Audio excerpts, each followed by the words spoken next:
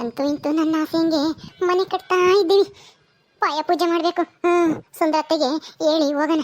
ನಮ್ಮತ್ತೆ ಯಾರನ್ನಾದ್ರೂ 3 ಜನ ಕರ್ಬಾ ಅಂತಂತೂ ಯಾರನ್ನೇ ಕರೆಯೋದು? ನಮ್ಮವ್ರನ್ನೇ ಕರೆಯೋದು. ಏನು ಸುಂದರತ್ತೆ ಏನು ಬೇರೆದಾ? ನಮ್ಮ ಅಣ್ಣ ತಮ್ಮಗಳೇ ತಾನೆ. ನಮ್ಮ ಅತ್ತೆ ಅಂತೂ ಏನು ದ್ವೇಷ ಮಾಡುತ್ತಪ್ಪ. ದ್ವೇಷ ಮಾಡಿ ಏನು ಸಾಧಿಸುತ್ತೋ ಏನೋ.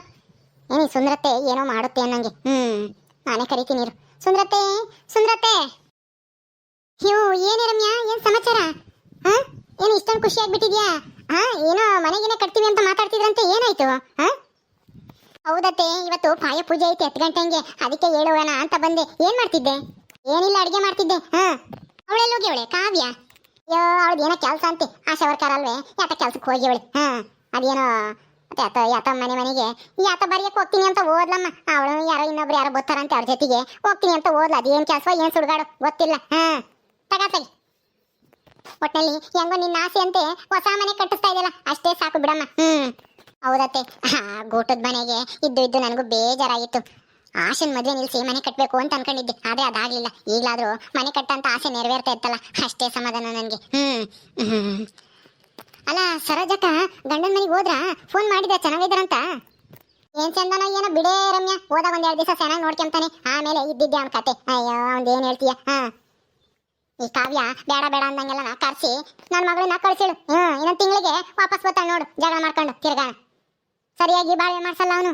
ನಮ್ಮ ಅಣ್ಣನ ಮಗ ಅಂತ ಕೊಟ್ಟಿದ್ಕೆ ನನ್ನ ಮೆಟ್ನ ತಗೊಂಡು ನಾನೇ ಹೊಡ್ಕೋಬೇಕಾಗೈತಿ.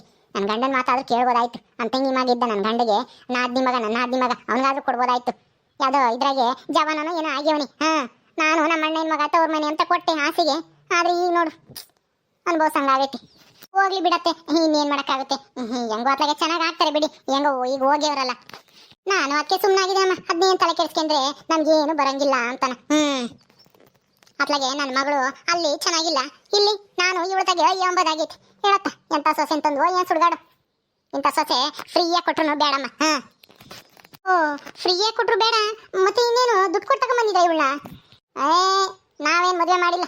ಏನೋ ನಮ್ಮ ಮಗ ಇಷ್ಟಪಟ್ಟಿದ್ದ ಅಂತನ ನಾವೇ ಹೋಗಿ ಒಂದ್ಸರ ಹಾಕಿ ನಾವೇ ಎಲ್ಲ ಮದುವೆ ಖರ್ಚು ಇಕ್ಕಿ ಮದುವೆ ಮಾಡ್ಕೊಂಡ್ ಬಂದಿದ್ದಾಯ್ತು ಈ ಕಾವ್ಯನ.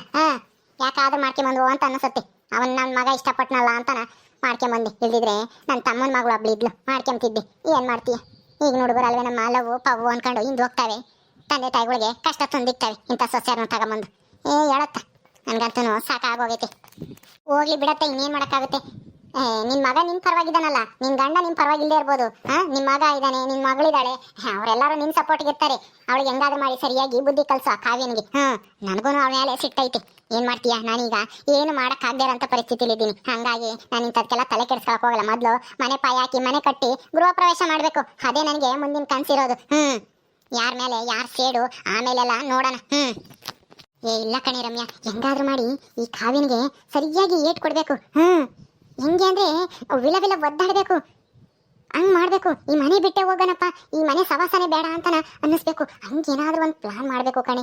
ಏನಾನ ಒಂದು ಐಡಿಯಾ ಕೊಡೆ ನನಗೆ. ನಿನಗೆ ಚೆನ್ನಾಗಿಂತ ಐಡಿಯಾಗಳೆಲ್ಲ ಬರ್ತವೆ.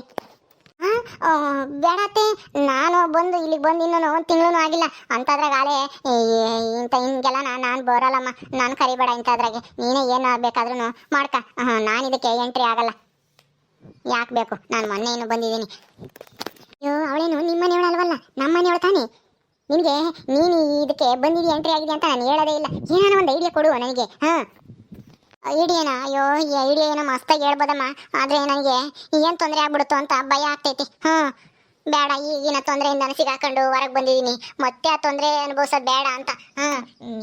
ನೀನೇ ಯೋಚನೆ ಮಾಡಿ ಏನಾನ ಮಾಡು. ಅವಳಿಗೆ ಬುದ್ಧಿ ಕಲಿಸ್ಬೇಕು ಅಂದರೆ. ನಾನು ಇದಕ್ಕೆ ಬರಲ್ಲಮ್ಮ. ನಾನೇನು ಐಡಿಯಾನು ಕೊಡಲ್ಲ. ಯಾಕೆ ಬೇಕು? ಸೊ ಏನೇ ರಮ್ಯಾ, ನೀನು ಇಷ್ಟೊಂದು ಎದ್ರಕಂತಿಯಲ್ಲ. ಮೊದಲು ಹೆಂಗೆ ಹೇಳ್ತಿದ್ದೆ? ಏನಾನ ಕೇಳಿದ್ರೆ ನಾನು ನಿನ್ಗೆ ಎಷ್ಟು ಸಹಾಯ ಮಾಡಿದ್ದೀನಿ? ಹೇಳು. ನೀನು ನನಗೆ ಸಹಾಯನೇ ಮಾಡಲ್ಲ ಅಂತೀಯಮ್ಮ. ಒಂದೇ ಒಂದು ಐಡಿಯಾ ಕೊಡು ಅಂತ ಕೇಳಿದ್ರು ಏನು ಹೇಳೋದೇ ಇಲ್ಲ ಅಂತೀಯ. ಐಡಿಯಾ ಕೊಟ್ಟಾದ್ರೆ ನೀನೇನು ಅದ್ರಾಗೇನು ಬರಲ್ವಲ್ಲ. ಏನಾನ ಒಂದು ಹೇಳು. ಅಯ್ಯೋ ಏನತ್ತೆ ಅದು, ಏನು ಹೇಳೋದು? ಏನು ಅಂದರೆ ಅದು ಕಾವ್ಯನ ಮೊಬೈಲ್ನಾಗೆ ಯಾರಾದ್ರೂ ಫ್ರೆಂಡ್ಸು ಹುಡುಗರ ನಂಬರ್ ಇರುತ್ತಲ್ಲ, ಅವರಿಗೆ ಫೋನ್ ಮಾಡಿಬಿಟ್ಟು ನಂಬರ್ ತಗೊಂಡು ಫೋನ್ ಮಾಡಿಬಿಟ್ಟು ಕಾವ್ಯನಿಂದ ಫೋನ್ ತಗೊಂಡು ಐ ಲವ್ ಯು ಅಂತನ ಮೆಸೇಜ್ ಮಾಡಿ ವಾಟ್ಸಪ್ನಾಗೆ ಡಿಲೀಟ್ ಮಾಡಿಬಿಡಿ. ಆಮೇಲೆ ಆ ಫೋನ ಅವ್ನು ರಿಪ್ಲೈ ಮಾಡ್ತಾನಲ್ಲ, ಆ ಫೋನ ನಿನ್ನ ಮಗ ನೋಡಿದ್ರೆ ಕಾವ್ಯನ್ಗೆ ಉಗ್ದು ಮನೆ ಬಿಟ್ಟು ಓಡಿಸ್ತಾನೆ. ಯಾವನವನು ಮದುವೆ ಆದ್ಮೇಲೂ ಲವ್ ಮಾಡ್ತಾ ಇದ್ದಾನ ಅಂತಾನ.